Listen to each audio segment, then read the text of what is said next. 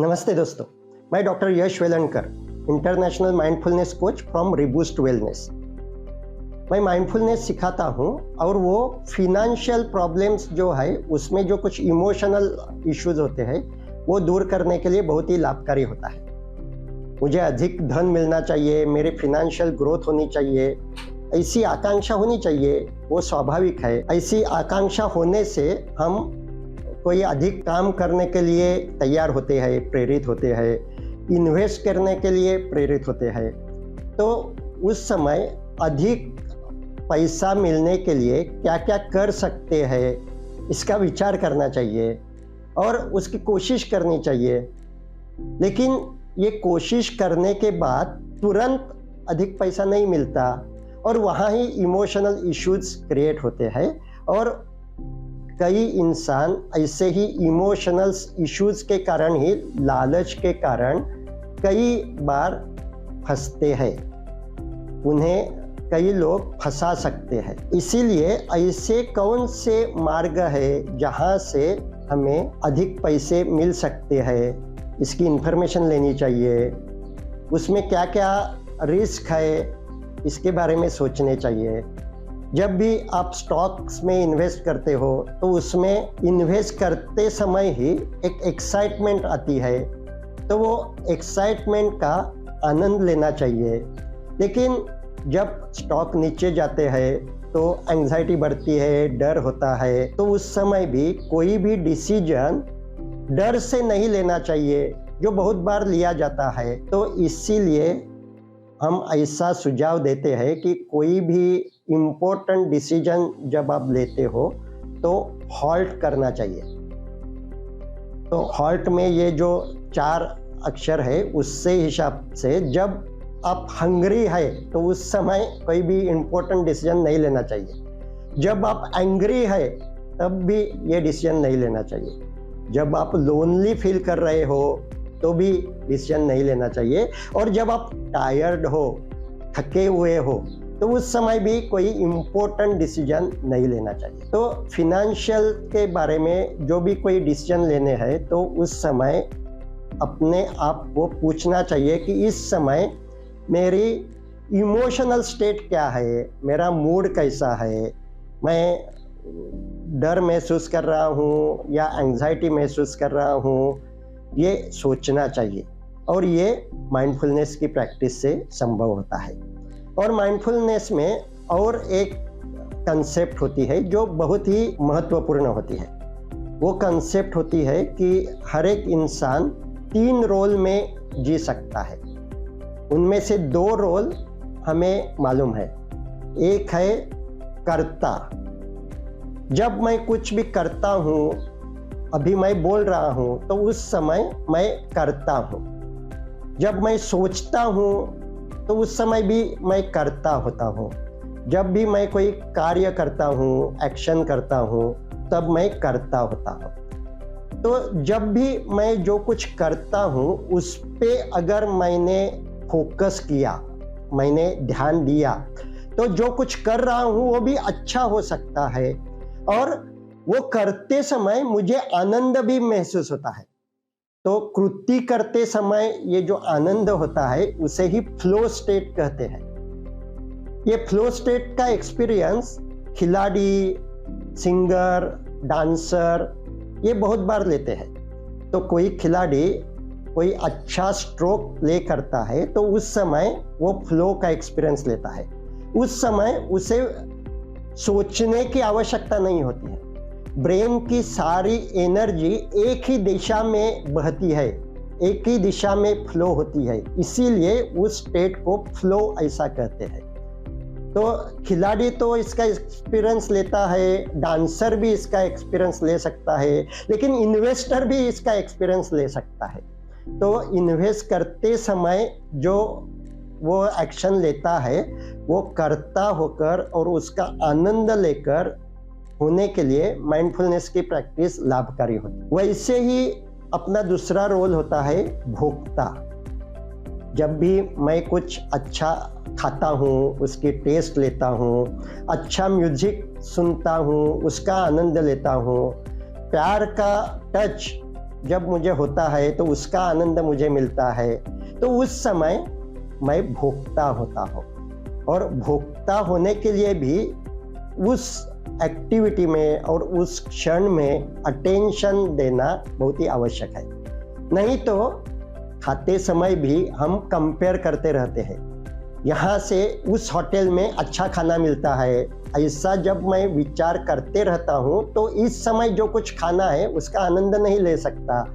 इसीलिए अच्छा भोक्ता होने के लिए भी अटेंशन ट्रेनिंग यानी कि माइंडफुलनेस बहुत ही आवश्यक होता है। और माइंडफुलनेस से हम जो कुछ लाइफ में हमें मिलता है, अच्छा होता है, उसका अच्छी तरह से सुख ले सकते हैं, आनंद ले सकते हैं। और आज जो कुछ एक समस्या बढ़ रही है वो है डिप्रेशन। तो डिप्रेशन का एक सिम्टम है वो इंसान कोई भी एक्टिविटी का आनंद ही नहीं ले सकता। वो सब कुछ करता है लेकिन उसका आनंद उसे नहीं मिलता।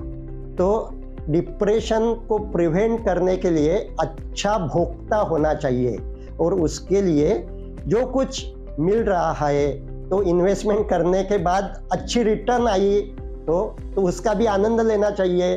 तो उस समय आप अच्छा भोक्ता होते हो। तो हर एक इंसान कर्ता और भोक्ता तो होता ही है, वो जन्म से ही होता है।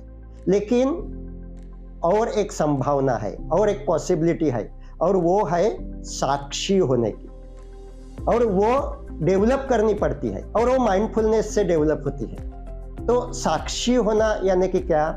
जब आप विचार करते हो तो आप कर्ता होते हैं, लेकिन जब आप अपने आप आने वाले विचारों को देखते हो और उन्हें कोई रिएक्ट नहीं करते, कोई लेबल नहीं लगाते, ये नेगेटिव विचार है, ये बुरी विचार है, सिर्फ जो कुछ मन में हो रहा है उसे देखते हो और उसका स्वीकार करते हो। कोई भी जानबूझकर विचार उस समय नहीं करते, कुछ भी सोचते नहीं, तो उस समय आप भोक्ता भी होते नहीं, कर्ता भी होते नहीं।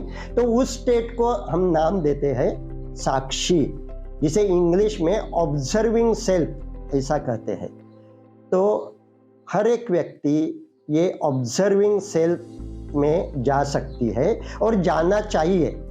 कब जाना चाहिए? तो कोशिश करने के बाद उसके जो कुछ रिटर्न्स है ये हमें तुरंत नहीं मिलते, बीच में कुछ समय जाता है, और उस समय में हमने जो कुछ जहाँ इन्वेस्ट किया है, जो कुछ कोशिश की है, उसके बारे में ही बार बार सोचते रहते हैं, क्या होगा, कैसे होगा, जिस पे हमारा कोई कंट्रोल नहीं होता।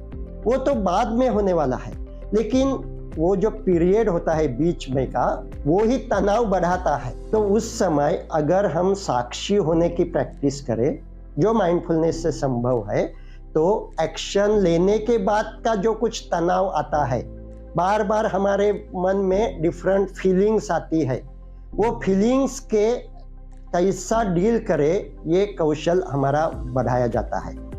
और ये कौशल सिर्फ माइंडफुलनेस की प्रैक्टिस से ही बढ़ाया जाता है। तो माइंडफुलनेस के 2 स्टेप्स होते हैं। पहला स्टेप है ध्यान देना, और अच्छी तरह से ध्यान देकर हम अच्छा कर्ता हो सकते हैं, अच्छा भोक्ता होकर आनंद ले सकते हैं। और माइंडफुलनेस की सेकंड स्टेप होती है जो कुछ महसूस हो रहा है उसका स्वीकार करना, उस पे जानबूझकर कोई भी विचार बार बार नहीं करते रहना। तो यही साक्षी होना है। तो अपने शरीर पे ध्यान देकर इस क्षण शरीर में क्या हो रहा है इसका भी हम स्वीकार कर सकते हैं। तो शरीर के प्रति भी हम साक्षी होते हैं।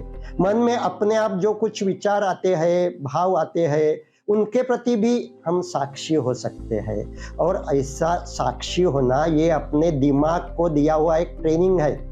जब भी हम विचार करते रहते हैं या भोक्ता होते हैं तो हम रिएक्ट करते रहते हैं, ये अच्छा है, ये बुरा है, ये अच्छा है, ये बुरा है। और ये रिएक्ट करने की जो कुछ हैबिट है वो ही अपने इमोशनल ब्रेन की हैबिट उसे हाइपर सेंसिटिव करती है, और उसकी हाइपर सेंसिटिविटी बढ़ने के कारण एंजाइटी होती है, डिप्रेशन होता है, गुस्सा आता है या डर होता है। तो अगर ये डिस्ट्रक्टिव इमोशंस की इंटेंसिटी, फ्रीक्वेंसी और पीरियड कम करना है तो इमोशनल ब्रेन की हाइपर सेंसिटिविटी कम करनी चाहिए।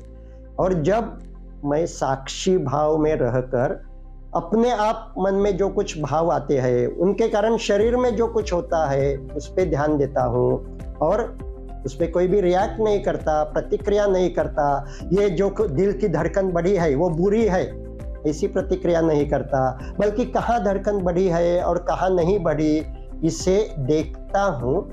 तो मैं मेरे इमोशनल ब्रेन को ट्रेनिंग देता हूँ कि हर एक समय रिएक्ट करने की आवश्यकता नहीं है, प्रतिक्रिया करने की आवश्यकता नहीं है। और ऐसा ट्रेनिंग देने से ये इमोशनल ब्रेन की हाइपर सेंसिटिविटी कम हो जाती है, वो नॉर्मल बिहेव करने लगता है।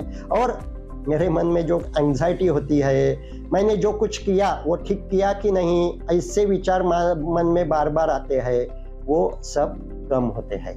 इसीलिए ये साक्षी होना हर एक को ने सीखना चाहिए।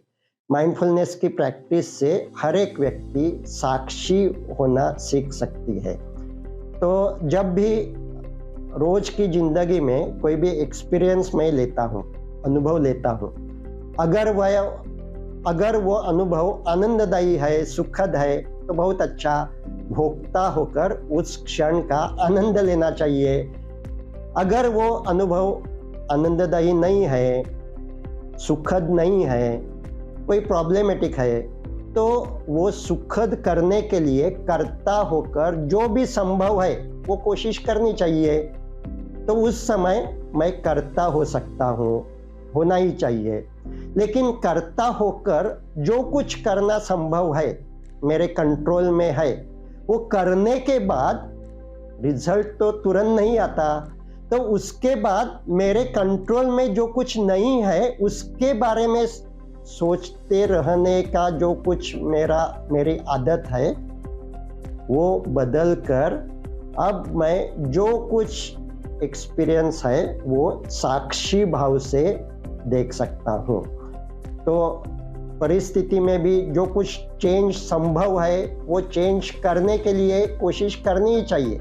लेकिन वो कोशिश करने के बावजूद अगर वो चेंज नहीं हो रहा है तो उसका स्वीकार करना चाहिए।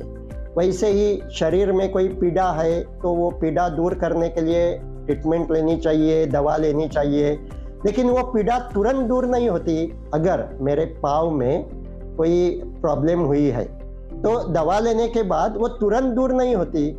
तो दवा लेना ये कर्ता होना है, लेकिन उसके बाद भोक्ता होने तक, यानी कि पाँव की जो पीड़ा है वो दूर होने तक जो बीच का समय है, उस समय अगर मैं साक्षी रहा, जो कुछ शरीर में हो रहा है उसका स्वीकार करता रहा, तो मेरे बहुत से इमोशनल इश्यूज और तनाव कम होता है। ये कर्ता, भोक्ता और साक्षी भाव एक्सपीरियंस करने के लिए हम वर्कशॉप ऑर्गेनाइज करते हैं, वो अटेंड करें। उस वर्कशॉप में आप इसका प्रैक्टिकल एक्सपीरियंस ले सकते हो।